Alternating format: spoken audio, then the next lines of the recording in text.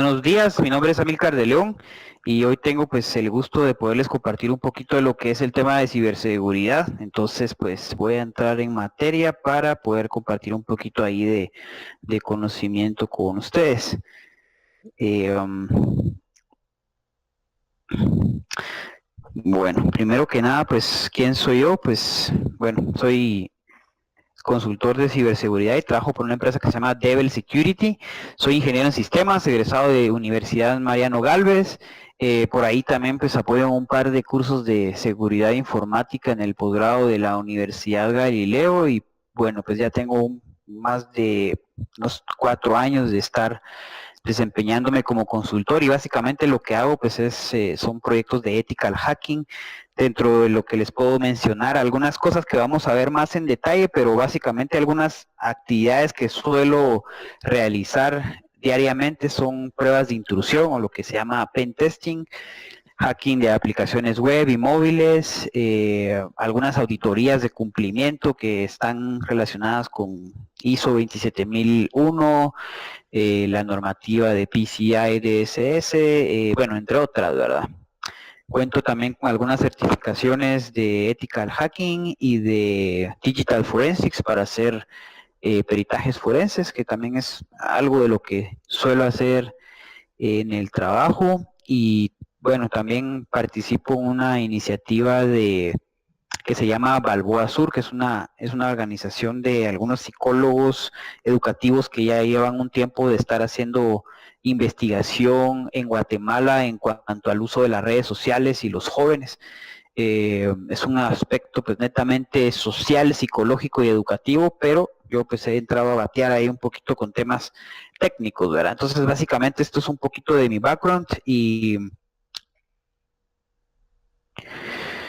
bueno, contarles un poquito cómo entré al mundo de ciberseguridad. En realidad, pues hoy en día pues ya vemos que es más común poder encontrar cursos, certificaciones, incluso carreras o maestrías, como ya lo es pues en Guatemala, ya podemos encontrar algunos cursos pues pagados de estos, pero hasta hace algunos años esto era un poquito difícil de encontrar. Entonces, pues cómo me introduje en este mundo, pues les cuento que hace como 7 años, en el 2011, creo que todos saben que existe esta empresa de antivirus llamada ESET, que año con año pues impulsa a los jóvenes de las universidades latinoamericanas a poder hacer investigaciones de seguridad informática en general, ¿verdad? No necesariamente temas que tengan que ver con antivirus, pero sí los motivan a hacer investigaciones y pues hacen un concurso año con año y pues los ganadores de este concurso pues tienen a bien viajar a algunas de las conferencias de seguridad informática más importantes de América. Entonces hace 7 años pues yo participé y tuve la dicha pues de salir ganador en ese año y tuve la oportunidad de viajar a Argentina a lo que es la EcoParty, que es la Electronic Knockout Party, que es una de las conferencias de seguridad informática más importantes de la región de Sudamérica. Y bueno, en realidad lo poco que sabía yo de seguridad informática o lo que yo creía saber de seguridad informática en ese entonces pues se quedó muy corto con lo que yo pude ir a ver en Argentina. En realidad eso pues me abrió la mente y en ese momento pues yo terminé digamos, de enamorarme de esta carrera, de este mundo y pues regresé a Guatemala pues queriendo pues mejorar en esta área y pues ya tenía algunas ideas, pues algunos recursos adicionales y bueno, a partir de eso pues me contacté de alguna u otra forma con esta empresa para la cual yo trabajo hoy en día, que es una empresa que nace de pen testers, de personas que nos dedicamos a hacer ethical hacking y bueno, a partir de eso todo ha sido desvelos, muchas lecturas, muchas pruebas y bueno, eventualmente pues tuve la oportunidad de viajar a otras conferencias de alto nivel también, como lo es Black Hat, DEF CON, que son conferencias que se hacen en Estados Unidos, en Las Vegas específicamente, y pues son experiencias bien interesantes porque sí conoce uno pues mucha gente con un nivel bastante alto de todo el tema de hacking en general. Y bueno, eventualmente también pude certificarme en todas estas materias, ¿verdad? Entonces así es como más o menos les puedo contar que fue mi, mi acercamiento con la seguridad informática. Esto es un poquito de lo que se ve en las conferencias de hacking de verdad en el mundo, ¿verdad? Lo que vemos acá pues son un par de fotos de competiciones de hacking. La primera foto que vemos del lado izquierdo en la parte de arriba pues es un CTF, un Capture the Flag, y básicamente durante los días que se llevan a cabo las conferencias de hacking se llevan a cabo competencias de hacking entre pentesters, ¿verdad? Entonces toda la gente que ven ahí pues son grupos de 5 o 6 personas que están compitiendo para poder ganar pues obviamente un premio. Del lado derecho vemos pues también esto mismo, el Capture the Flag, pero este es un Capture the Flag de máquinas que interactúan a través de inteligencia artificial y machine learning sin ninguna operación, sin ninguna interacción humana. Son cosas de lo nuevo que se viene, ¿verdad? El tema de inteligencia artificial y machine learning que ya está pegando mucho en temas de ciberseguridad, al igual que temas de big data, ¿verdad? Y pues abajo pues vemos un par de fotos más de lo que se ve. También todas estas competencias de hacking tienen algunas actividades alternativas como cortes de pelo, algunas pequeñas salas en donde se puede apreciar el hacking desde diferentes perspectivas, como lo es hacking de carros, hacking de drones, hacking de aviones, hacking de SCADA, hacking de, bueno, biohacking, un montón de cosas, cortes de pelo, como ven aquí, pues hay gente que llega a hacer eso. Muchas fiestas también, se pone bastante prendido el asunto y es pues un ambiente bien chilero. Entonces, ¿cómo no enamorarse de esto si podemos hackear y tomar un par de gallos, ¿verdad? Lo que les voy a mostrar a continuación es un pequeño fragmento de las fiestas que se viven en estas conferencias.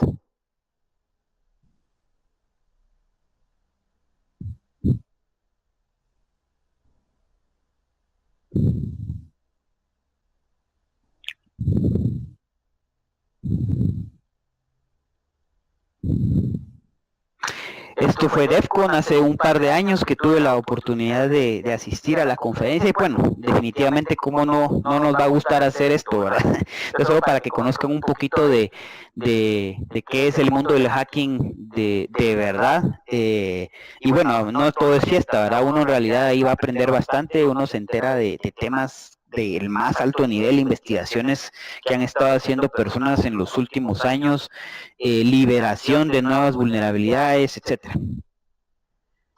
Pero bueno, ya a lo que venimos, pues yo les quiero hablar un poquito de lo que es pentesting y ethical hacking como tal, pero para empezar me gustaría platicarles un poquito de ambos términos porque usualmente solemos hablar de ambos términos como si fueran lo mismo y aunque son muy parecidos, en realidad hay ciertas diferencias. Y bueno, básicamente les puedo comentar que un pentesting o una prueba de intrusión, como debería llamarse en español, es un procedimiento formal, metodológico, utilizado para identificar vulnerabilidades, fallas de seguridad e inconvenientes de configuración en un sistema informático.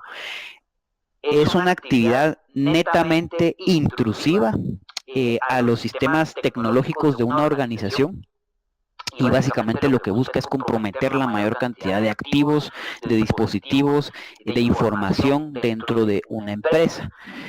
Cabe mencionar que un pentesting pues es algo que debe de hacerse en un ambiente de alguna manera controlado, y digo de alguna manera porque no es el objetivo de un pentesting botar servicios o crear sabotaje, porque imagínense que hagamos una prueba de intrusión en una infraestructura, digamos, crítica de una empresa de telecomunicaciones, por ejemplo, o de una institución financiera, y botamos por equivocación uno de sus servidores principales, se cae el servicio y sus usuarios se ven perjudicados. Entonces, esto es algo que sí en algún momento haría un atacante de verdad, pero al ser nosotros pentesters debemos tener cuidado para no hacer este tipo de cosas.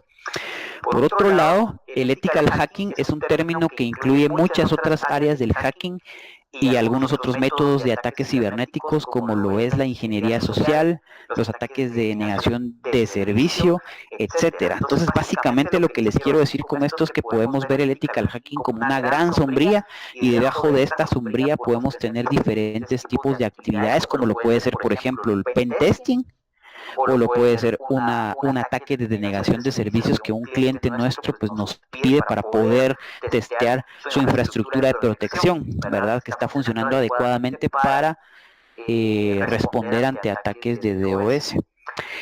O podemos encontrar un montón de actividades más, como por ejemplo auditorías de aplicaciones web, ¿verdad? Un ejemplo de esto puede ser alguna plataforma transaccional, como una banca en línea, como algún sistema de llamadas telefónicas vía web, un call center, etcétera. Entonces, nosotros como pentesters podemos ser contratados para poder testear la seguridad de una de estas aplicaciones, ¿verdad? Y así podemos mencionar otros ejemplos, pero todos estos tipos diferentes de actividades éticas, digamos, pero intrusivas, están debajo de la línea del ethical hacking. Ya en la jerga y en la práctica suele llamársele al pen testing ethical hacking, ¿verdad? Aunque no son lo mismo, pues al final se entiende, ¿verdad? Yo puedo referirme a pen testing y a ethical hacking como lo mismo y se va a entender, ¿verdad? Aunque técnicamente, pues ahora ya sabemos cuáles son las diferencias. Bueno, comentarles entonces qué en realidad es un pentest. Como vimos en la terminología anterior, hay un par de palabras puntuales en las cuales debemos hacer énfasis para un pentest, principalmente la palabra metodología. Un pentest o una prueba de intrusión no significa que nosotros vamos a llegar con nuestra computadora, nos conectamos a la red local y empezamos a tirar herramientas y a pachar botones al estilo Matrix, ¿verdad? Como se ve en la tele. Eso en realidad no es un pentest, ¿verdad? Eso de tirar herramientas, primero si no sabemos utilizarlas, lo que vamos a ocasionar es botar servicios y eso va a ser un gran problema para la empresa a la cual estamos prestando el servicio, ¿verdad? Entonces no es algo que se debe hacer. Entonces un pentest pues básicamente consiste en varias fases. Lo que vemos acá en pantalla pues son las fases de una prueba de intrusión. Estas fases están alineadas con lo que es el Penetration Testing Execution Standard, que es una metodología de pentesting abierta, es decir, es gratuita, podemos entrar pues a internet, descargarla y ver en qué consiste. Algunas otras metodologías o certificaciones de ethical hacking van a hacer referencia a esta metodología con más o menos pasos o fases, pero al final en esencia son las mismas. Podría variar un poquito el nombre de las fases, pero como les digo, en esencia van a ser estas. Entonces vamos a ir viendo así rápidamente una por una. La primera fase de una prueba de intrusión es la fase de planificación. Esto es cuando nosotros como pentesters o como consultores de ciberseguridad tenemos el acercamiento con el cliente que nos va a contratar para poder hacer este servicio, y en esta fase de planificación pues se definen los alcances de la prueba de intrusión, ¿verdad? Aquí tocamos temas como por ejemplo la ubicación física en donde está la red del cliente, si tiene varias otras oficinas, otros centros de datos, horarios, puntos de contacto, ¿verdad? ¿Quién va a ser nuestro punto de contacto para poder coordinar accesos, para poder reportar fallas, para poder reportar algún problema que se nos dé sobre la marcha? Y bueno, también acá se hace básicamente el tema a nivel comercial, pues es donde se realizan cotizaciones, ¿verdad? Mire, ya derivado de que vamos a estar haciendo una prueba de intrusión de, no sé, 500 servidores y 5,000 dispositivos de usuario, pues el costo es este. Eso es lo que se hace básicamente en la planificación. Una vez que se confirman todos estos aspectos, ya pasamos a empezar con la prueba de intrusión. Básicamente empezamos con lo que es el reconocimiento. Digamos, vamos a ver más adelante qué tipos de pruebas de intrusión podemos hacer, pero tomemos como ejemplo el siguiente escenario. La empresa X nos contrata para ir a hacer una prueba de intrusión de su red local. Entonces, cuando nosotros llegamos a la empresa, pues nosotros nos proveen un punto de red, nos conectamos y hacemos escaneos de la red para poder identificar, digamos, de todos los segmentos de red que nos dijeron que estaban dentro del alcance. No significa que todos los segmentos de red van a estar con dispositivos, digamos, van a estar llenos en las direcciones IP, ¿verdad? Entonces, en el reconocimiento podemos ver de los 6 rangos de red o 7 segmentos de red que nos dieron, hay, no sé, 48 dispositivos en total o 150 dispositivos en total. Eso es lo que hacemos en la fase de reconocimiento, puros escaneos de red, Nmap, Nexpose, Nessus, etcétera. Después pasamos a la siguiente fase, que es la fase de enumeración. Y acá lo que hacemos es que cuando ya tenemos los dispositivos identificados, a continuación lo que hacemos es identificar el sistema operativo, los puertos que están abiertos y los servicios que están corriendo sobre cada puerto y qué versión de cada servicio está corriendo sobre cada puerto, ¿verdad? Entonces con esto nosotros ya vamos armando más o menos un mapa de qué tecnologías existen sobre la infraestructura del cliente que nos contrató para poder ir pensando en cómo poder hacer un ataque exitoso, ¿verdad? Entonces hasta aquí solo hemos hecho básicamente identificación de dispositivos y tecnologías. La siguiente fase es la fase de análisis de vulnerabilidades y esto consiste en hacer un tipo de match entre los servicios, las versiones y los sistemas operativos que hemos identificado y vulnerabilidades que ya existen o que ya se han dado a conocer, porque existen bases de datos que nos dan esta información. Entonces, por ejemplo, si yo identifico un Windows 7 de 64 bits, yo debería de poder identificar si ese Windows 7 no tiene algunos parches de seguridad críticos aplicados, de los cuales yo como atacante podría aprovecharme para realizar algún tipo de ataque. Estas tres fases que vemos acá, que es reconocimiento, enumeración y análisis de vulnerabilidades, podemos hacerlas así en ese orden, digamos a mano, con herramientas independientes, o podemos hacerlas en una sola, por ejemplo, con alguna herramienta de escáner de vulnerabilidades que nos hace todo esto, básicamente, ¿verdad? Pero siempre es útil saber cómo funcionan todas estas herramientas por debajo. Por ejemplo, yo podría utilizar un escáner de vulnerabilidades llamado Nessus o llamado OpenBAS o llamado Nexpose que me hace todo esto, pero también podría irme con un Nmap así crudo, open source, a manita, escanear toda la red y después buscar a mano qué vulnerabilidades existen para los servicios identificados. Bueno, una vez que tenemos esto, pues ya deberíamos de poder saber cómo está estructurada la red de la organización, es decir, en dónde está la red de desarrollo, la red de producción, la red de finanzas, la red de recursos humanos, en dónde están las bases de datos, dónde están los servidores web, en dónde están los Linux, en dónde están las cajas de firewalls, etcétera, y también las vulnerabilidades asociadas a estos o malas configuraciones. Y a continuación ya pasamos a la fase de las más interesantes, que es la explotación, que ya es aprovecharme de esas vulnerabilidades para ya sea tomar control del sistema o extraer información que me permita poder tomar control de otros sistemas, ¿verdad?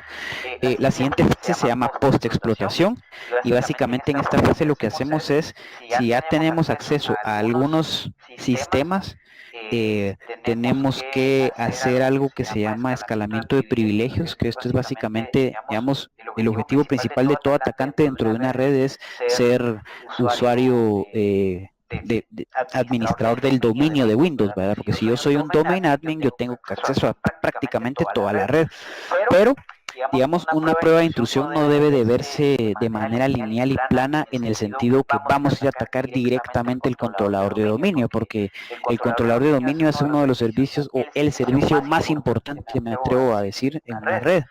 Si se cae el controlador de dominio no funciona nada, ¿verdad? Entonces lo que hacen usualmente los administradores de sistemas es tener bastante bien asegurado este servidor.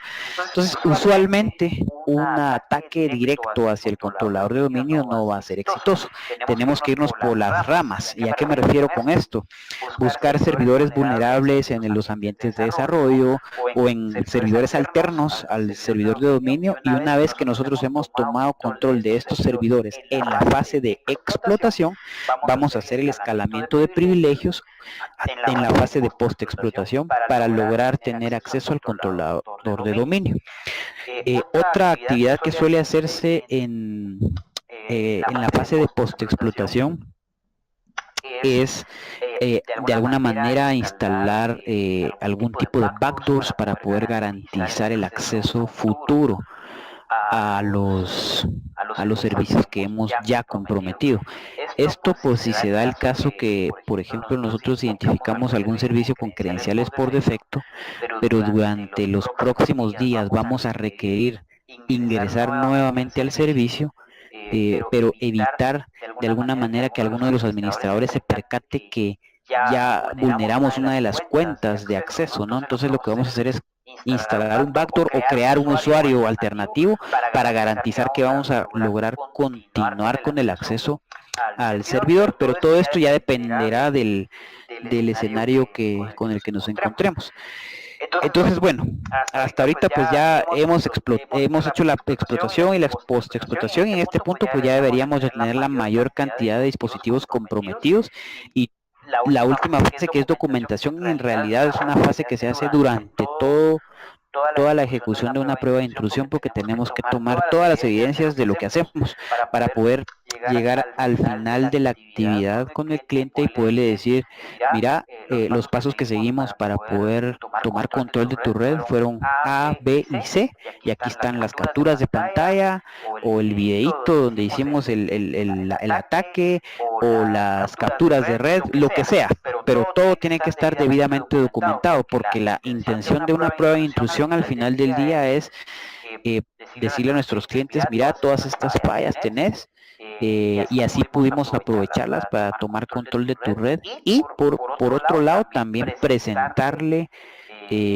recomendaciones de corrección, ¿verdad? No se trata solamente de ir a decir, mira, logramos vulnerar tu red y ahí mira qué haces, ¿verdad? O sea, nos están pagando por un servicio al final del día también de consultoría, ¿verdad? Entonces eso debe de contemplarse también dentro de toda esta documentación.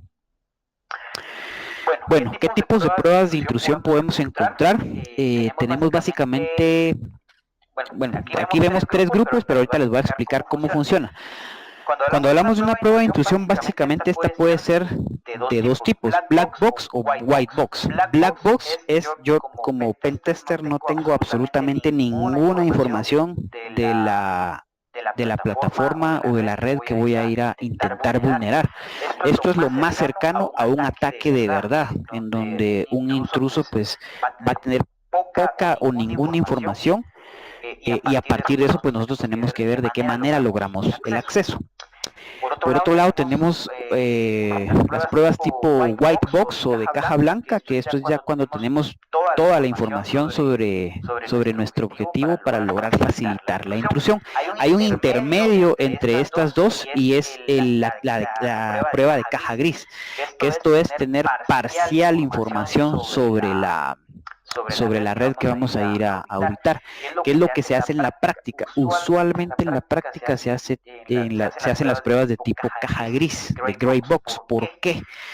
Bueno, si nosotros hacemos una black box, es cierto que le vamos a dar al cliente lo más cercano a un ataque de verdad, pero hacer una prueba de black box toma muchísimo tiempo, porque en la fase de reconocimiento, que es la primera de las fases durante la ejecución de una prueba de intrusión, nosotros, al no saber ni siquiera qué rangos de red son los que existen, y todos estos pequeños detalles, podemos tardar días, semanas o meses tratando de identificar dispositivos. Entonces, esto al final del día se traduce en horas de ejecución, y por ende se le tiene que cobrar al cliente, ¿verdad? O sea, por eso es que se dimensionan los proyectos, porque entonces al final del día yo le puedo decir al cliente, te voy a cobrar por una semana, por 2 semanas o por 3 meses de trabajo. Pero si no tenemos esos detalles en el alcance, pues no hay cómo cobrarle, ¿verdad? Entonces, por esa razón es que se hace tipo caja gris, porque nos dan cierta información, solamente la necesaria para que nosotros podamos definir en el alcance cuánto tiempo nos puede tomar hacer la intrusión. Esto quiere decir, ya en la práctica, que nos van a dar, por ejemplo, rangos de red, no nos van a dar diagramas de red, no nos van a dar credenciales, no nos van a dar código fuente, pero por lo menos con que nos den los rangos de red y un estimado de cuántos servidores tienen y cuántos clientes tienen, con eso ya podemos decir nosotros, ok, podemos estar 3 semanas haciendo la prueba. Entonces, bueno, este es el tipo de pruebas de intrusión. Luego viene el tipo de servicios que el cliente quisiera testear. Básicamente, cuando hablamos de una prueba de intrusión, podemos decir que esta puede ser interna, es decir, dentro de la red de área local, o puede ser externa a través de internet, ¿verdad? Son 2 actividades diferentes, pueden hacerse al mismo tiempo, pero en temas, digamos, comerciales, suelen venderse como 2 proyectos separados. Y bueno, ya después de esto, el cliente nos puede decir, mira, a mí me interesa que me hagas una prueba de intrusión de red o una prueba de intrusión a nivel de mis aplicaciones web o bueno, ya bajo de la sombría de ethical hacking que les comentaba antes, ¿verdad? O quiero que me hagas un proyecto de ingeniería social, por ejemplo, quiero que hagamos campañas de phishing o quiero que hagamos llamadas de llamadas telefónicas fraudulentas. O quiero que hagamos una auditoría de la infraestructura de voz sobre IP específicamente. Entonces aquí ya depende un poco de la necesidad del cliente que nos está contratando para esto, pero lo usual es que nos llamen para hacer pruebas de intrusión a nivel de la red local y auditorías de las aplicaciones web transaccionales que estos tienen. Bueno, ¿qué tan divertido es hackear éticamente? Bueno, la verdad es que es bastante divertido porque nos pagan por hacer desastres en las tecnologías de las empresas. Entonces, es interesante porque podemos conocer infraestructuras bastante grandes y complejas y vamos a tener el permiso de poder de alguna manera jugar con ellas, pero tenemos que tener también el cuidado de no crear sabotaje en ellas. Algunas de las cosas que les puedo comentar en las que yo he estado involucrado o he visto en los últimos años trabajando bajo el tema de ethical hacking, he podido ver actividades de malware en ATMs, en cajeros automáticos en la región de Centroamérica. Esto no es algo que suene en las noticias, sucedió.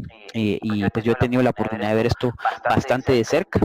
Y es interesante, la verdad es que me encantaría poderles contar más detalles de esto, pero por temas de confidencialidad, evidentemente pues no lo puedo hacer, pero sepan que esto existe en la región y es increíble poder entrarle a esto. Esto lo hago casi todos los días, auditorías de tecnologías web en bancas en línea o bancas móviles. Trabajo mucho con las bancas, digamos, más importantes del país y de la región de Centroamérica, y los bancos pues todos los días sacan nuevas funcionalidades en sus bancas en línea o en sus bancas móviles. Entonces nosotros pues entramos a batear ahí auditando estas aplicaciones para garantizar que no tienen problemas o fallas críticas de seguridad. ¿Qué hemos visto? O sea, fallas importantes a nivel de estas aplicaciones. Hemos identificado SQL injection, cross-site scripting, hemos podido hacer movimiento de dinero entre cuentas, hemos logrado cambiar pines de tarjetas de débito, de crédito, cuestiones por el estilo, ¿verdad? Entonces, lo hemos hecho tanto en aplicaciones en producción como en aplicaciones que están próximas a ser publicadas, ¿verdad? Por supuesto, pruebas de intrusión a nivel de red. Hemos logrado tener pues acceso total de domain admin en este tipo de instituciones financieras y pues entre otras cosas también hemos hecho hacking de wireless. Esto es a nivel un poquito de todo el sector financiero. Hacking de voz sobre IP. A nivel de ingeniería social, esto a mí me gusta mucho, particularmente las pruebas de ingeniería social, porque la ingeniería social es básicamente el arte de engañar al usuario.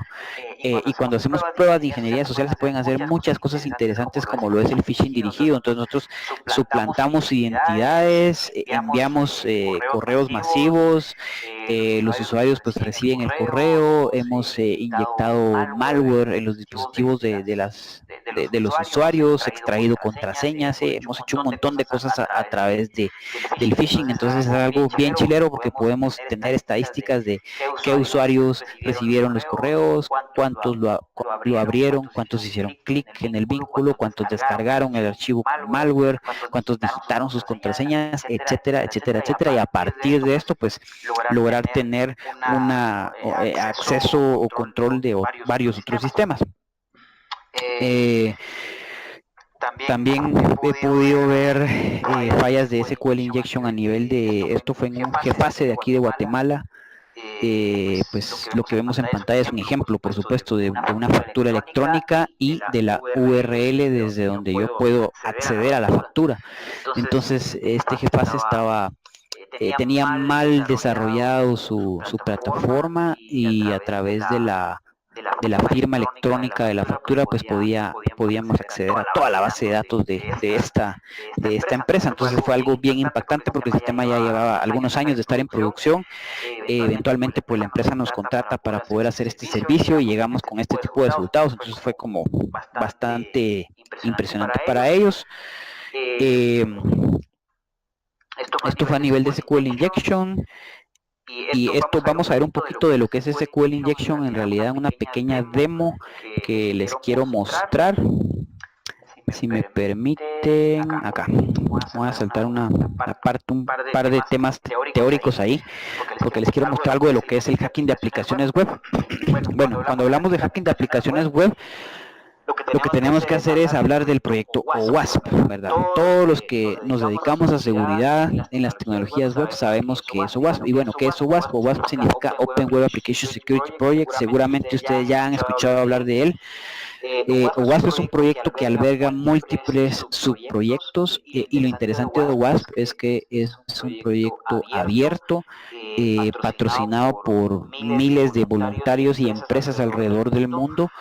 Y uno de sus proyectos insignia más reconocidos es el OWASP Top 10. Tal vez por esto es que se conoce alrededor del mundo, pero en realidad OWASP tiene un montón de proyectos, no solo digamos teóricos o conceptuales como lo es el Top 10, sino que también alberga algunas herramientas open source que nos sirve para poder mejorar el desarrollo de las tecnologías web. Entonces, cuando hacemos una auditoría de tecnologías web podemos alinearnos a lo que es OWASP. Este es un top 10, por supuesto, no son las únicas vulnerabilidades que existen, pero son las más recurrentes e impactantes. Y este top 10 nace a raíz de varias retroalimentación de empresas e investigadores en todo el mundo cada 4 años, perdón. Y lo interesante es que al día de hoy ya existe la cuarta versión, que es la última publicada en 2017. Lo que vemos en pantalla es una comparativa entre la versión 2013 y 2017. Y cada vez que OWASP publica una nueva versión del Top 10, hace una comparativa con la versión actual y la versión anterior para que podamos ver las reincidencias. Entonces es bien interesante porque hay vulnerabilidades que existen desde la primera versión. Por ejemplo, la vulnerabilidad A1, que es inyección. Bajo este tipo de vulnerabilidades donde hablamos de SQL Injection. Inyección es una vulnerabilidad que existe desde hace bastante tiempo y es de las más recurrentes y de mayor impacto negativo, por supuesto, para las aplicaciones, y sigue estando en el top 10. Entonces, ¿qué significa esto? Los desarrolladores no están desarrollando de forma segura, ¿verdad? No nos están enseñando cómo desarrollar de manera segura. Y también suele suceder lo clásico en las empresas, que todo es importante y todo es para ayer, entonces las pruebas dejémoslas para después, ¿verdad? Entonces esto es un poquito lo que yo veo en el día a día. He logrado auditar aplicaciones de desarrollos en empresas grandes que son, digamos, desarrollos internos, es decir, colaboradores de la empresa realizan el desarrollo, como también he auditado desarrollos outsourcing de empresas muy grandes de Guatemala y también de otros países, y les puedo garantizar que lo que ven en el top 10 es lo que se ve en la práctica, ¿verdad? Tristemente. Bueno, ahora pasemos al demo. Hoy les quiero mostrar algo de lo que es la vulnerabilidad más chilera del top 10, ¿verdad? El SQL Injection. Les voy a explicar teóricamente cómo funciona y después voy a hacer una pequeña demostración. Básicamente tenemos el siguiente escenario, ¿verdad? Tenemos un atacante, aquí lo vemos por acá, ¿verdad? Del lado izquierdo con su computadora. Bueno, este atacante se conecta a través de un navegador web a una aplicación transaccional, una aplicación web que tiene acceso a una base de datos. Entonces, ¿qué es lo que pasa? Aquí vamos a ejemplificar como si el atacante estuviese entrando a una aplicación que nos muestra un formulario donde nos pide un número de cuenta y un SKU, que es el pequeño dibujito que vemos del lado derecho. Entonces, el atacante lo que va a hacer es, en vez de ingresar un número de cuenta, que es lo que me está pidiendo el formulario, el campo de texto que está de primero, él va a ingresar un pequeño query de SQL, ¿verdad? Así, simple, tal cual. Entonces, si se dan cuenta, el atacante lo que hace es ingresar el query y como primer punto de falla, el firewall deja pasar esta petición, ¿verdad? Esto es en un escenario, digamos, tradicional, ¿verdad? Está el firewall de cara a internet, ¿verdad? Deja pasar la petición pasa por el servidor web, que es lo que vemos acá en medio. A continuación se va a procesar a la aplicación web como tal. Y bueno, en un ambiente de dos capas tendríamos los servidores web por un lado y los servidores de base de datos por otro lado, que es lo que vemos en este escenario. Entonces el query pasa por el navegador web.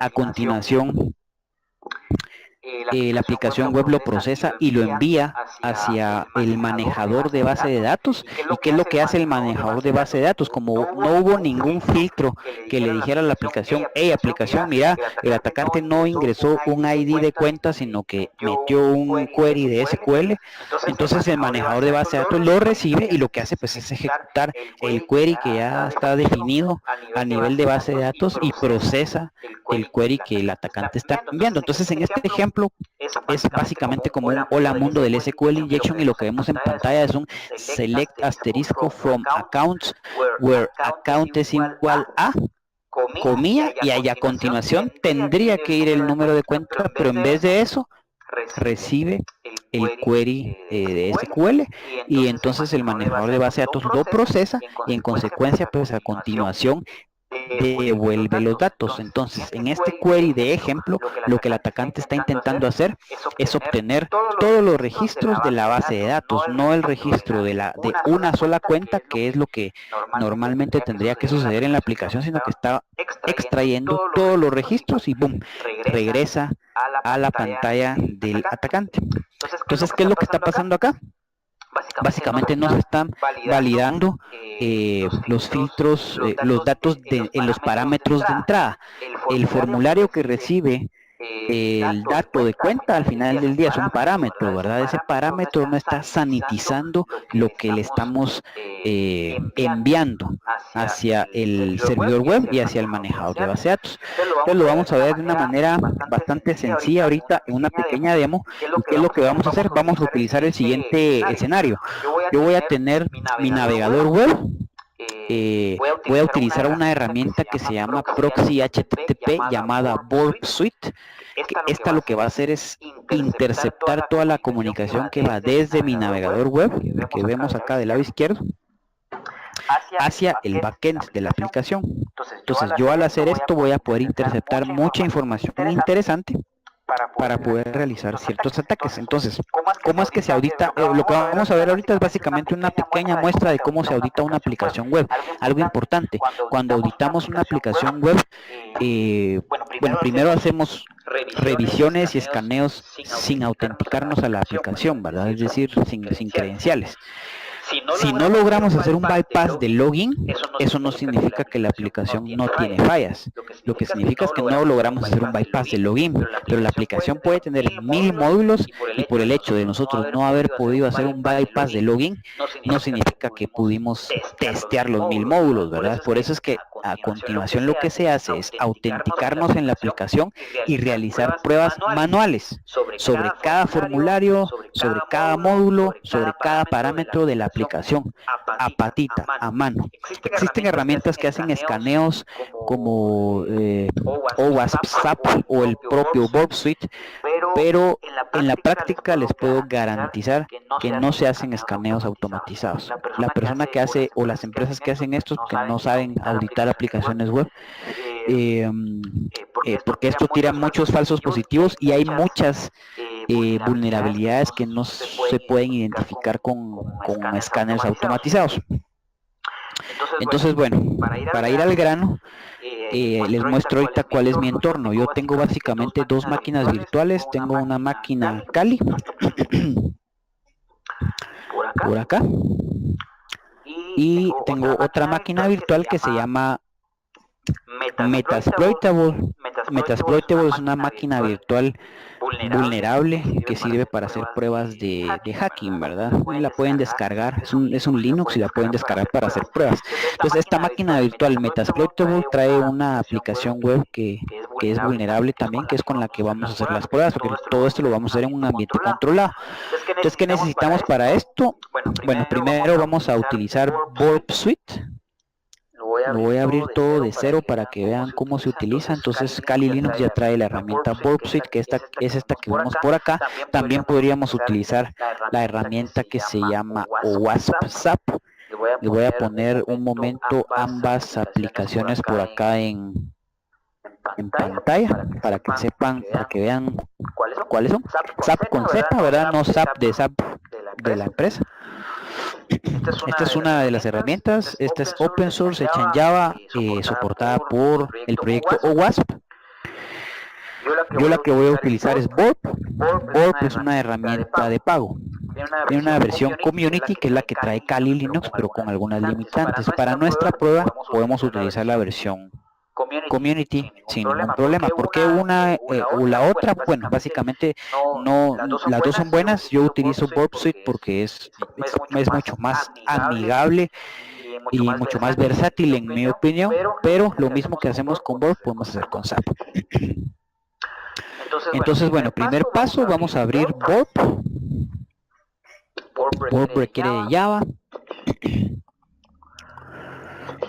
Y bueno, aquí vamos a iniciar Burp con un proyecto temporal. Ahí está iniciando Burp.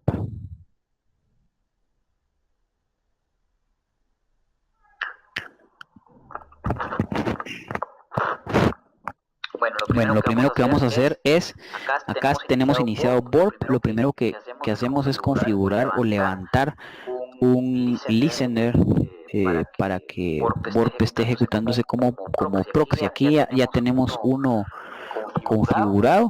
Podemos usar este, que es localhost en el puerto 8080. Entonces ahí ya tenemos a Burp básicamente funcionando. Luego lo que hacemos es iniciar nuestro navegador, en este caso Firefox, y vamos a configurar un proxy en Firefox. Entonces a Firefox le vamos a decir: mira Firefox, necesito que pases por el proxy Burp antes de ir a cualquier petición hacia internet o cualquier petición web. Entonces vamos a irnos a preferencias, avanzado, settings, y por acá vamos a colocar localhost en el puerto. Si se dan cuenta, Burp lo levanta en el puerto 8080. Entonces eso es lo que voy a hacer, y voy a utilizar este proxy para todos los protocolos. Listo. Bueno, ahora lo que tengo que hacer es ya autenticarme o visitar la aplicación web que quiero testear, ¿verdad? Entonces para eso primero tengo que saber qué IP tengo en Metasploitable, que es 192.166. Vamos a ver.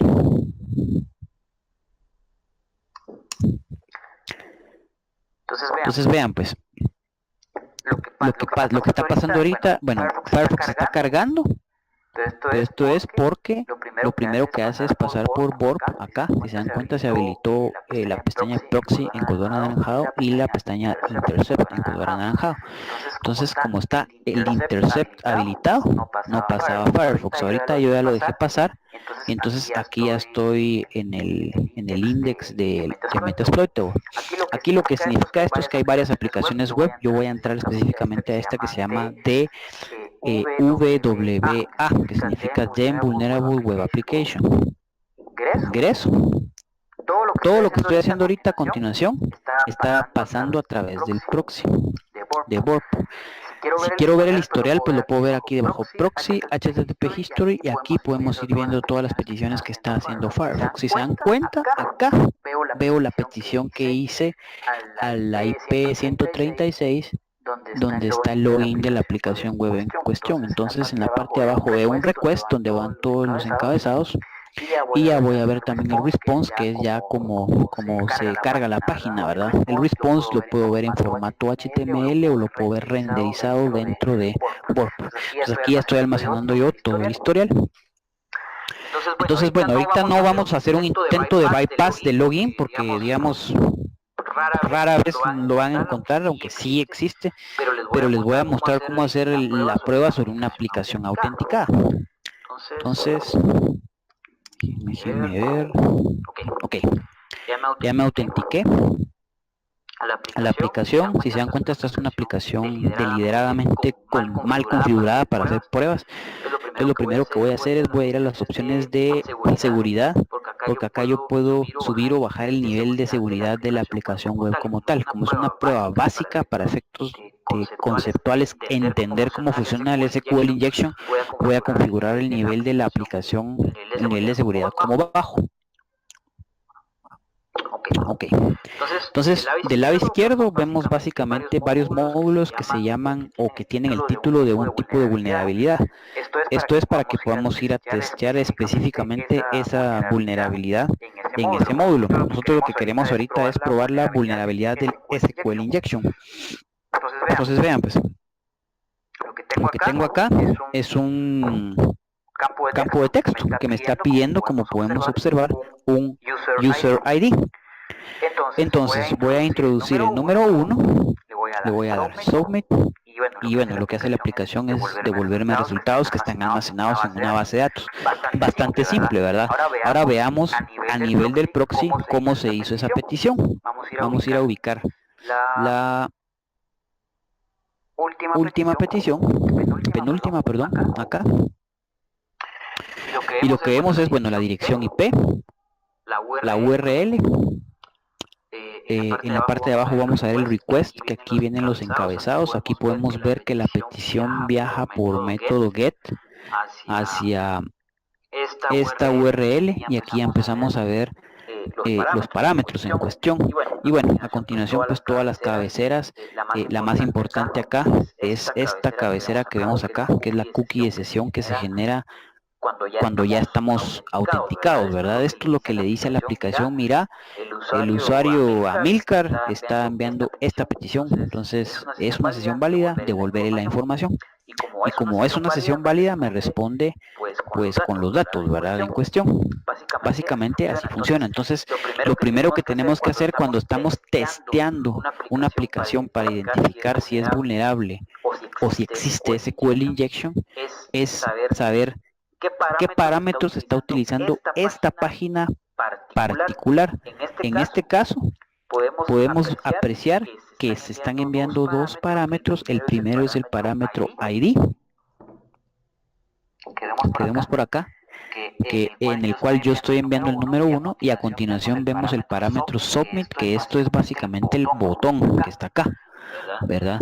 Entonces, parámetros acá para testear sería ID, ¿verdad? Entonces tenemos que entender cómo funciona la aplicación, las peticiones y los parámetros para poder ir a decir, ok, ahora voy a probar sobre este parámetro.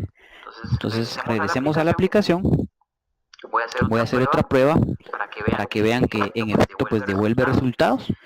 Entonces ingreso el número 2 y me devuelve datos de otro usuario, ¿verdad? Entonces ahorita vamos a intentar identificar si ese parámetro es susceptible a inyección de SQL. Hay varias formas de hacerlo.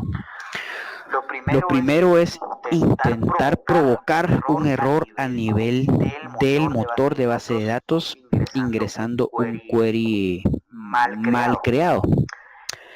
Si existe una mala configuración en la aplicación y en el motor de base de datos que no oculta esta información, podríamos obtener alguna información útil. Por ejemplo, algo que suele pasar frecuentemente a nivel de motores de base de datos es el famoso punto y coma, que nos suele ocasionar algún error. Vamos a ver si ingresando un carácter el motor de base de datos reacciona de una manera extraña. No pasó nada ahí con el punto y coma, no pasó nada con el menos. Vamos a ver, y podemos intentar ingresar varia información para ver si logramos provocar algún error a nivel de base de datos. Vean, por ejemplo, acá ingresé un 1 y una comilla simple y obtuve un error. Entonces lo que dice acá es, usted tiene un error en su sintaxis de SQL. Por favor, revise el manual que corresponde a la versión de MySQL con respecto a la sintaxis. Entonces, un par de cositas acá interesantes.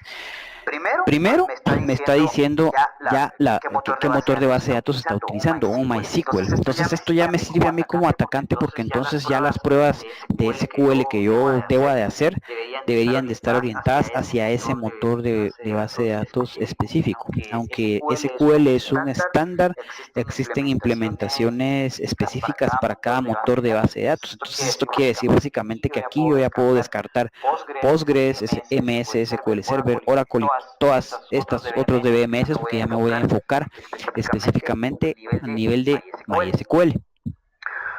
La otra cosa que significa este error es que también a nivel de aplicativo no está manejando los errores en tiempo de ejecución de manera adecuada. ¿Por qué? Porque si hay un error en la ejecución de la aplicación, no me debería demostrar el error del manejador de base de datos, sino que me debería demostrar un error así con HTML bonito que diga, ocurrió un error, vuelvo a intentarlo, punto, ¿verdad? No más información sobre las tecnologías que se están manejando. Esto que vemos acá todavía no significa que hay que la vulnerabilidad de SQL Injection es materializable, pero tiene toda la pinta a que lo es.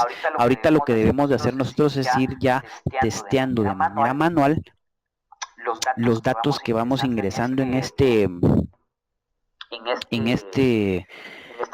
parámetro para ver si logramos que se ejecute alguna sentencia de SQL. Entonces vamos a intentar hacer el famoso hola mundo que estábamos viendo en la diapositiva de PowerPoint. Entonces vean lo que pasó a continuación. Si yo ingreso el 1 por 1 igual 1, lo que significa esto es que le estoy diciendo, mira, base de datos, devuélveme todos los usuarios que sean ID 1 o todos los que sean 1 igual 1. Entonces, como 1 igual 1 siempre es verdadero, esto lo que ocasiona es que el motor de base de datos me devuelva todos los registros. Lo único es que en este caso pues estamos viendo que el ID sí me devuelve el número 1 para todos. Esto ya es un error de sintaxis, pero los datos del nombre de usuario sí me está devolviendo otros nombres, o sea, de todos los usuarios, usuario administrador, usuario Gordon, usuario Hack, usuario Pablo, usuario Bob, etcétera, etcétera. Esto que acabo de hacer ya es básicamente inyección SQL, porque el motor de base de datos interpretó el query que yo le envié y a continuación pues me devolvió los resultados que yo le estaba pidiendo. Acá hice un simple select, pero podría hacer más selects de otras tablas, podría hacer drops, etcétera, etcétera, dependiendo de cómo también está configurado el motor de base de datos. No vamos a ver más ejemplos de estos porque me interesa también a continuación utilizar una herramienta más poderosa para poder ir más allá. ¿Qué es lo importante de esto? Nosotros ahorita ya identificamos la vulnerabilidad, el parámetro que es vulnerable, que en este caso es ID, y ya ejecutamos un ataque de inyección. Entonces ahorita pues con esto ya lo hemos confirmado de manera manual que existe, pero un atacante de verdad lo que haría es, bueno, hay inyección, saquemos toda la data, ¿verdad? Entonces para esto ya hay herramientas que ya nos permiten hacer ataques más sofisticados. A continuación vamos a utilizar una herramienta que se llama SQL Map. SQL Map es una herramienta que ya viene en Kali Linux. Y bueno, básicamente se ejecuta como lo vemos en pantalla, con varios flags. SQL Map -- URL. A continuación tengo que colocar entre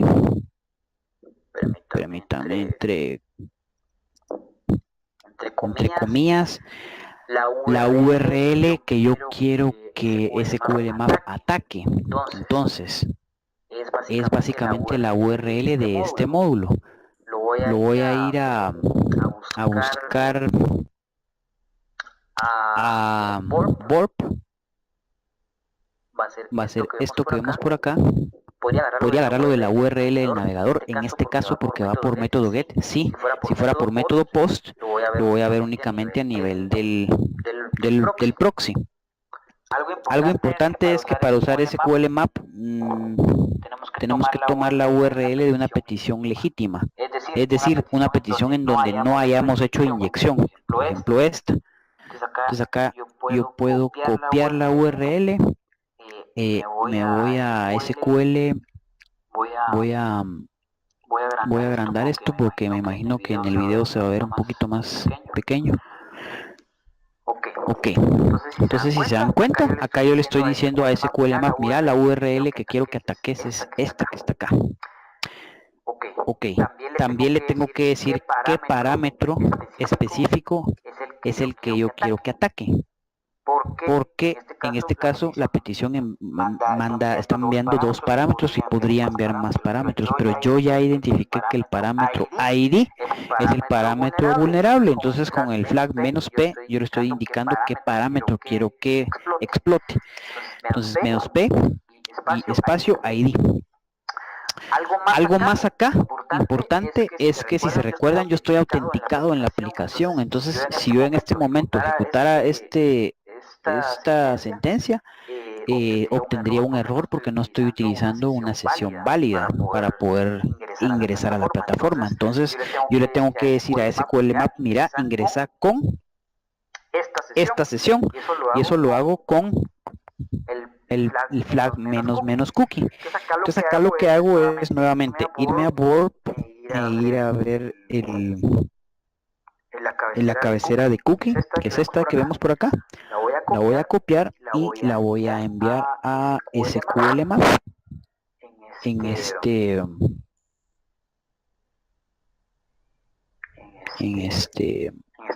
parámetro. Si no estoy mal, creo que con eso estamos. Vamos a probar. Perdón, me equivoqué. SQL Map. Error de type. SQL Map. Vamos a ver si no. Hay muchas opciones más que puedo utilizar con SQL Map, pero vamos a ver las más sencillas. Ok, permítanme. Acá lo ejecutó bastante rápido porque, si no estoy mal, creo que ya lo había ejecutado antes. Entonces, para que vean el funcionamiento de cero, voy a utilizar Flush Session, que es realizar el escaneo de cero. Entonces vean, pues, así es como funciona SQL Map. Va paso por paso y me dice, vean, pues, por ejemplo, no vamos a ver todos, pero por ejemplo acá hace una revisión para identificar si la aplicación está detrás de un WAF, un Web Application Firewall, un IPS o un IDS, porque en caso que lo estuviera, SQL Map también tiene herramientas para intentar hacer un bypass de estas herramientas. Luego, pues a continuación ya vemos algunas pruebas que va a ejecutar SQL Map, y ya me está diciendo algo acá. Mira, parece que el backend es MySQL. ¿Querés detener las pruebas para otros DBMS? Como en la aplicación yo ya generé un error previamente y ya vi y ya confirmé que el motor de base de datos es MySQL, entonces no me interesa hacer pruebas para otros motores de base de datos. Entonces le voy a decir que sí quiero que se detenga con los demás tests, porque estoy seguro que es MySQL, ¿verdad? Ahora me está preguntando si quiero incluir todos los tests más peligrosos que tiene SQL Map. Le voy a decir que no, porque quiero ver paso por paso cómo lo hace con los ataques básicos. Y bueno, ahorita básicamente lo que está haciendo SQL Map es inyectar ataques en el parámetro ID. Básicamente SQL Map tiene un gran diccionario de ataques y se va uno por uno testeando cuál ataque funciona. Y aquí ya me está confirmando dos tipos de ataques para el parámetro ID. El primero lo vemos acá en color verde, que me está diciendo, mira, el parámetro que va por get llamado ID. Parece que es inyectable a un tipo de SQL injection que se llama time based, porque aparte pues hay varios tipos de inyección de SQL que no vamos a abordar el día de hoy, pero que existen, ¿verdad? Y el segundo es Generic Union.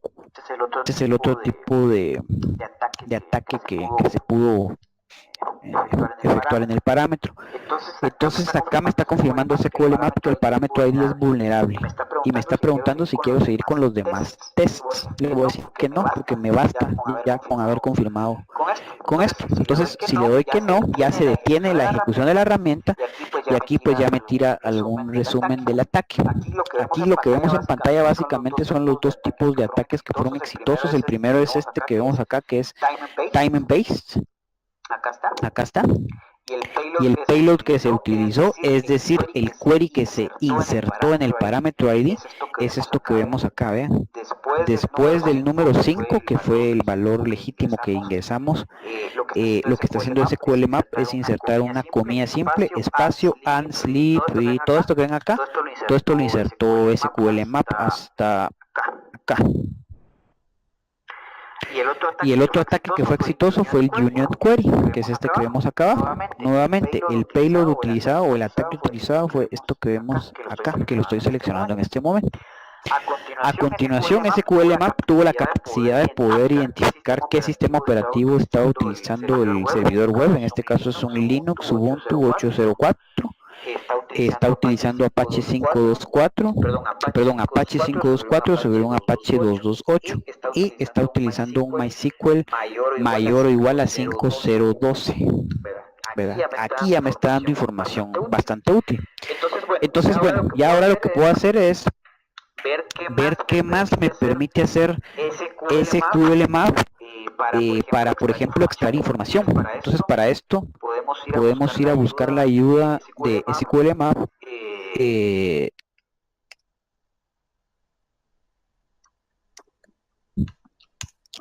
Acá, por ejemplo, y entonces vean toda la información que tiene SQL Map, todo lo que podemos hacer con SQL Map. SQL Map trae una sección que se llama enumeración. Y acá podemos utilizar todos estos flags para poder enumerar componentes de la base de datos. Entonces vamos a ver un par nada más para que vean la capacidad que tiene SQL Map. Por ejemplo, vamos a ver, le voy a decir a SQL Map que me intente obtener el nombre del usuario de la base de datos que está utilizando la aplicación web en cuestión, ¿verdad? Entonces para eso vuelvo a ejecutar SQL Map, pero ahora con el flag -current user. Y bueno, listo, ¿verdad? Acá dice current user root. Este es el root de MySQL. Ahora, por ejemplo, yo quiero saber si ese usuario es root. Obviamente pues ahí se llama root, ¿verdad? Pero me refiero a que si es el superusuario a nivel de la base de datos, lo hago con el flag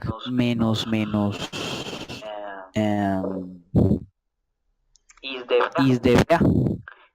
Y acá SQL Map ya me obtuvo esa información. ¿Es DBA? Sí, es verdadero. Esto es una falla bastante seria porque esto significa que la aplicación web que estamos testeando está corriendo o está accediendo a la base de datos con un usuario de base de datos que es superusuario.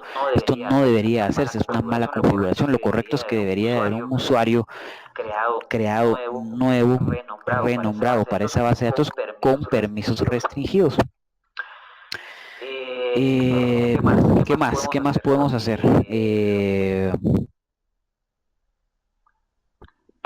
Por ejemplo, podemos enumerar a los usuarios de la base de datos.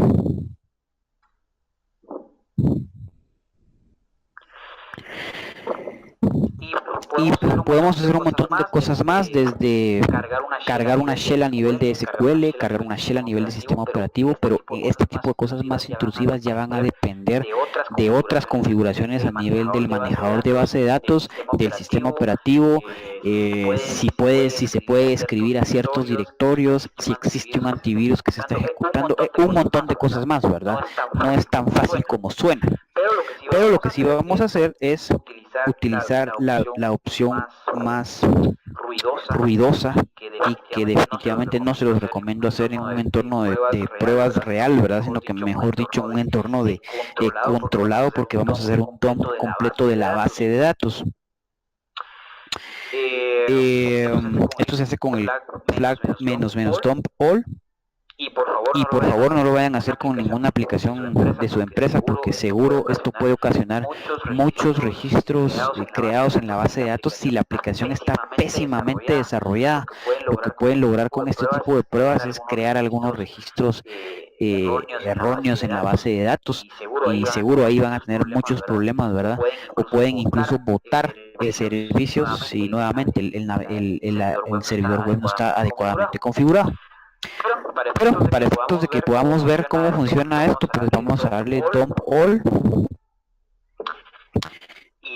y ahí pues básicamente SQLMap hace su chance, ¿verdad? Aquí me está preguntando si quiero optimizar los tiempos de respuesta. Esto es porque dependiendo del tipo de SQL injection que se esté utilizando, principalmente si son time-based, las respuestas pueden demorar bastante. Por ejemplo, obtener un carácter puede tardar 2 o 3 segundos, por ponerles un ejemplo, ¿verdad? Entonces, si hacemos un dump de toda la base de datos, cada carácter que extraigamos se va a tardar 3 segundos y va a pasar una eternidad haciendo la extracción. Entonces, bueno, ahorita ya está extrayendo la definición de las tablas. Ahí en un momento vamos a ver cómo logra extraer ya los registros de cada una de las bases de datos. Y todo esto, pues, SQLMap lo almacena en un archivo de caché donde está instalado para posterior análisis, e incluso me genera CSVs de toda la data que yo estoy extrayendo. Vamos a esperar un ratito a ver un par de opciones interesantes que nos va a arrojar en un momento.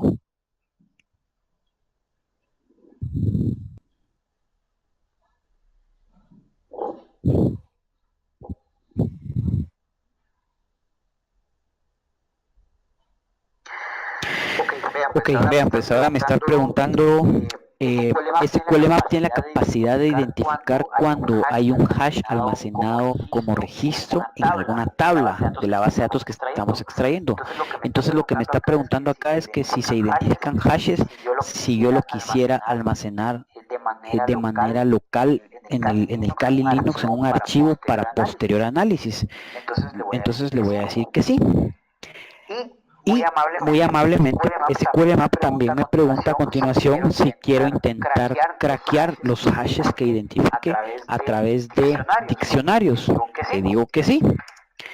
Y a continuación me pregunta qué diccionario quiero usar. Si quiero utilizar el diccionario por defecto que trae Kali Linux, que es la primera opción. Si quiero utilizar un diccionario personalizado, que es la segunda opción. O si quiero indicarle un archivo el cual hace referencia a múltiples rutas dentro del sistema operativo en donde se encuentran varios diccionarios. Entonces voy a utilizar la opción 1 por defecto, ¿verdad?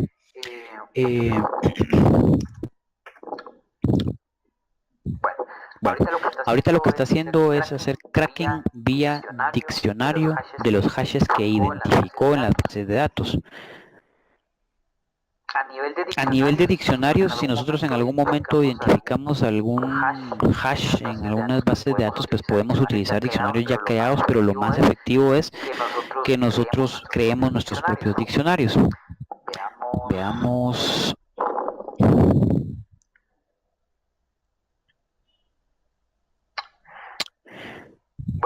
Bueno, aquí básicamente ya me arrojó un resultado del cracking y va a ser este que vemos acá. Si se dan cuenta, aquí dice contraseña craqueada y lo que vemos acá como admin es la contraseña, ¿verdad? Para el usuario admin. Ese fue el primer cracking de contraseñas que hizo SQLMap. Ahorita lo que está haciendo es continuar con la extracción de datos de todas las bases de datos, porque recuérdense que el usuario root es DBA, es superusuario a nivel de base de datos. Entonces habían varias bases de datos en el navegador, en el manejador de base de datos, pero como yo le estoy diciendo, dumpea todo, está dumpeando todo lo que existe en el manejador de base de datos, no solamente lo que contiene la base de datos de la aplicación que yo estoy, digamos, testeando. Y aquí pues se va a tardar un par de minutos más. Vamos a dar un chancecín ahí para ver qué información más nos arroja interesante. Pero bueno, aquí ya esto es básicamente ya un ataque de verdad. Aquí ya llegamos prácticamente hasta la cocina. ¿Qué cosas podemos hacer adicional a esto si nosotros nos encontráramos con una de estas vulnerabilidades en la vida real? Y bueno, aparte de extraer información y con esta información crear fraude o crear pánico financiero, si fuera el caso, podemos intentar hacer alguna actividad de post-explotación de lo que vimos en la fase de pruebas de intrusión.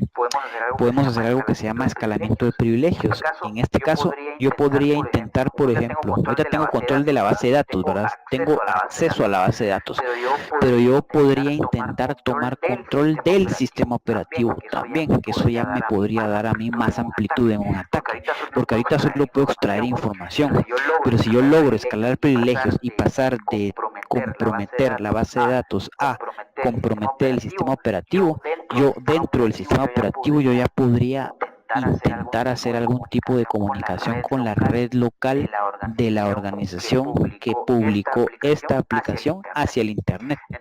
Entonces ahí yo ya voy entrando más todavía, más que la cocina, por así decirlo, ¿verdad? Ese es un ejemplo que les puedo dar de esto, pero nuevamente no es tan fácil como suena, ¿verdad? Habría que ver cierto tipo de configuraciones, etcétera, etcétera. Pero en esencia, pues así funciona una explotación, una vulnerabilidad SQL, injection y la explotación de la misma. Bueno,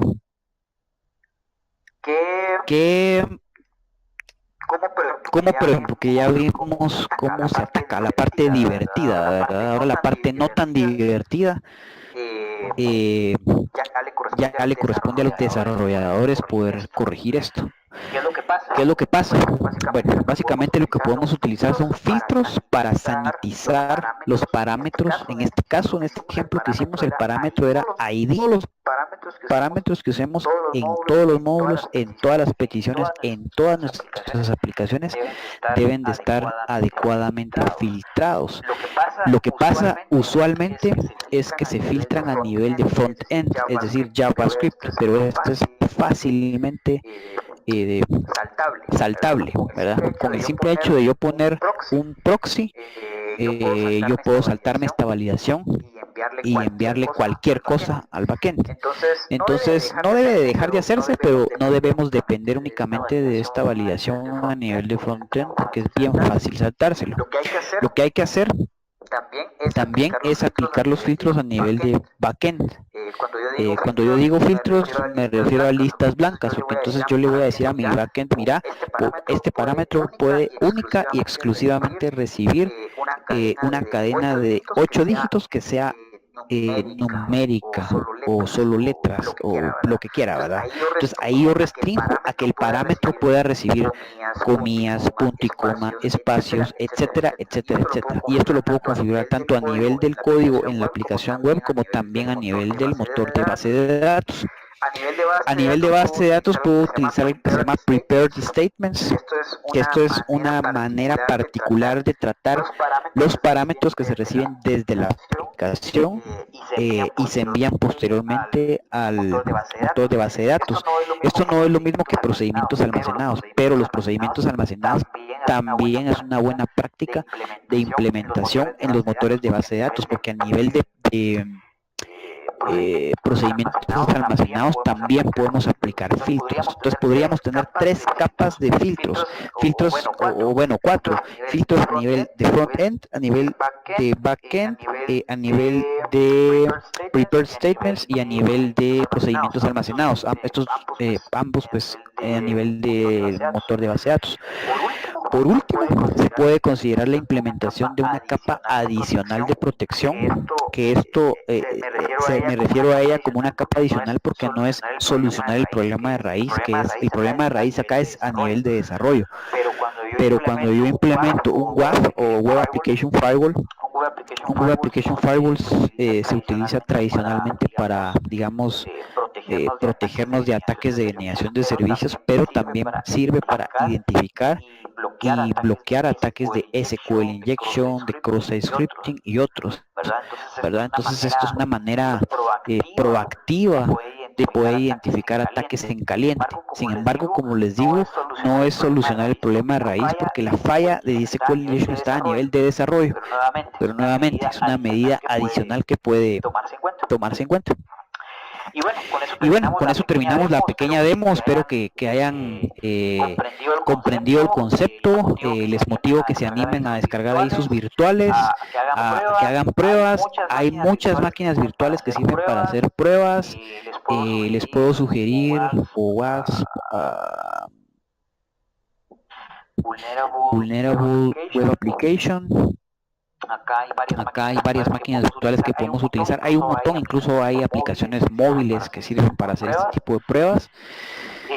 Y bueno, en realidad, por último, comentarles dos cositas. Digamos, les voy a dar algunos tips para aquellos que les haya llamado la atención un poquito el tema de que quiero ser un hacker, ¿verdad? Quiero ser un pen tester de verdad.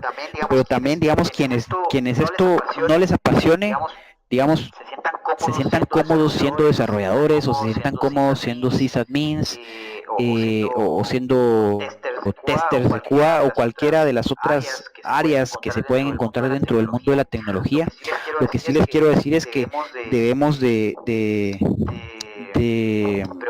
preocuparnos y conocer de estos temas, porque aunque no nos dediquemos a la parte del ataque, sí que nos va pegar un poquito el tema de la defensa. Si nosotros somos desarrolladores, ya cada día nos están diciendo, mira, necesito que tus aplicaciones vengan seguras, y es muy amplio decir que algo sea seguro, ¿verdad? Pero es diferente cuando dicen, mira, necesito que tu aplicación sea segura. Ok, mira, yo me voy a alinear con OWASP Top 10, por ejemplo. Entonces tengo que entender cómo funciona un ataque para poder entonces corregirlo y desarrollar de manera segura. Y no solo a nivel de temas web, a nivel de red, pues también, digamos, los sysadmins debemos de ser responsables y poder hacer implementaciones adecuadas, hacer escaneos de vulnerabilidades periódicos, etcétera, etcétera. Pero lo que quiero decir es que comprendamos cómo funciona la seguridad, cómo funcionan las vulnerabilidades y también lograr pensar cómo logra pensar un atacante para nosotros podernos proteger. Pero bueno, para aquellos que sí les haya hecho clic todo el tema de hacking y de repente les ha llamado la atención esto, les puedo dar algunos tips. Primero, debemos de identificar si esto me gusta o me apasiona, ¿verdad? Porque les digo a muchas personas, mira, todo el mundo quisiera ser hacker porque quisiera hackear Facebook y ese tipo de cuestiones, ¿verdad? Entonces ahí tenemos un poquito erróneo el concepto, ¿verdad? Si me apasiona en realidad es de que en realidad yo ya me he metido a esto de manera informal por mi cuenta, paso haciendo pequeños CTFs, pequeñas pruebas de reversing, todo ese tipo de cuestiones. Si somos de las personas que somos curiosas y también de aquellas personas que no podemos dormir cuando tenemos un problema que no logramos resolver, un script que no corre, un servidor que no funciona adecuadamente y le damos y nos desvelamos y nos lo tomamos personal, muy probablemente tenemos madera para hacer esto, porque los hackers debemos de ser extremadamente curiosos, extremadamente apasionados y extremadamente perseverantes, porque esto es una carrera de mucha prueba y error. Debemos leer y practicar muchísimo, pero muchísimo. Ustedes no tienen idea de todo lo que tiene que aprender uno sobre la marcha, porque al final cuando vamos a diferentes, digamos, empresas, nos topamos con diferentes ambientes, diferentes tecnologías, diferentes configuraciones, y definitivamente no podemos ser expertos en todo, pero sí debemos de ser buenos en todo a la vez, ¿verdad? Entonces nos va a tocar cada cierto tiempo toparnos con una tecnología que no manejamos muy bien y nos va a tocar desvelarnos esa noche, porque tenemos que ser muy buenos sabiendo cómo funciona esa tecnología para el día siguiente llegar y lograr quebrantar la seguridad de esa tecnología, pero no se puede quebrantar algo si no se sabe cómo funciona. Hay muchísimo contenido gratuito en internet, pero muchísimo, muchísimo, muchísimo. Hay personas que usualmente me preguntan por cursos, sí es algo que se puede aprender como conceptos, como nociones, pero los que se quieren dedicar a esto, les puedo decir, es una carrera totalmente autodidacta, ¿verdad? No es algo que nos enseñen en un libro ni en un curso. Existen los libros y los cursos, por supuesto, pero la curiosidad nos enseña, ¿verdad? No sé si me explico. Pero como muestra de algo, algunos de los recursos gratuitos que existen, pues les puedo mostrar entre algunos otros el sitio Cyberry. Cyberry tiene algunos, bueno, bastantes cursos en línea que son bastante buenos y son gratuitos. Ellos lo que cobran ya en la actualidad pues es acceso a, por ejemplo, a laboratorios en línea para hacer pruebas, pero el contenido de los cursos, que es todo lo que vemos acá, son totalmente gratuitos. Entonces por acá podemos ver, digamos, la parte de hacking.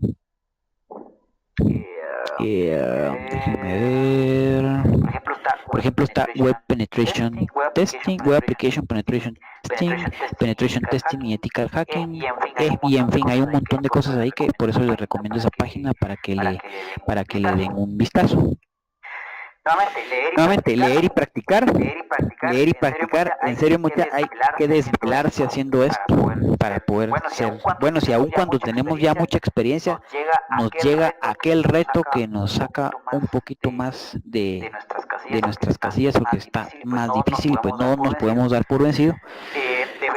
Debemos de por lo menos leer o si no pues hablar inglés, ¿verdad? La mejor documentación va a estar siempre toda la vida en inglés.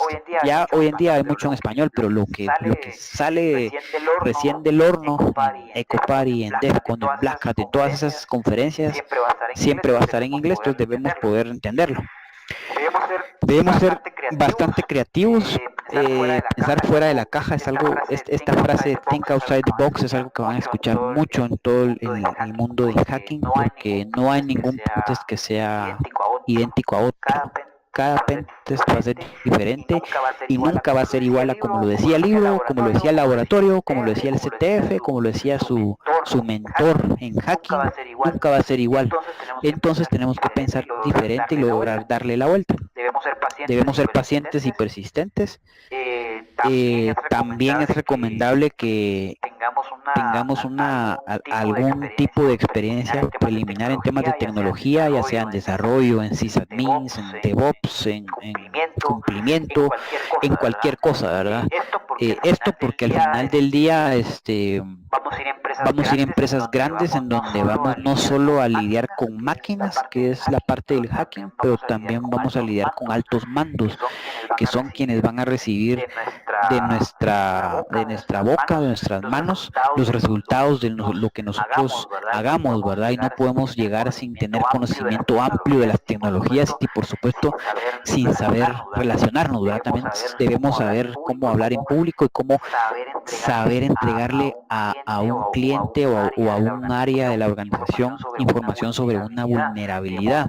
Debemos de entender cómo funciona, debemos de poder venderle la información de manera adecuada, porque muchas veces nos van a debatir eso. Si ellos nos preguntan, mira, pero eso que estás diciendo no es cierto por ABC, entonces nosotros tenemos que estar seguros de lo que estamos haciendo y decirle, no, esto sí es así por X, Y, Z situación, ¿verdad?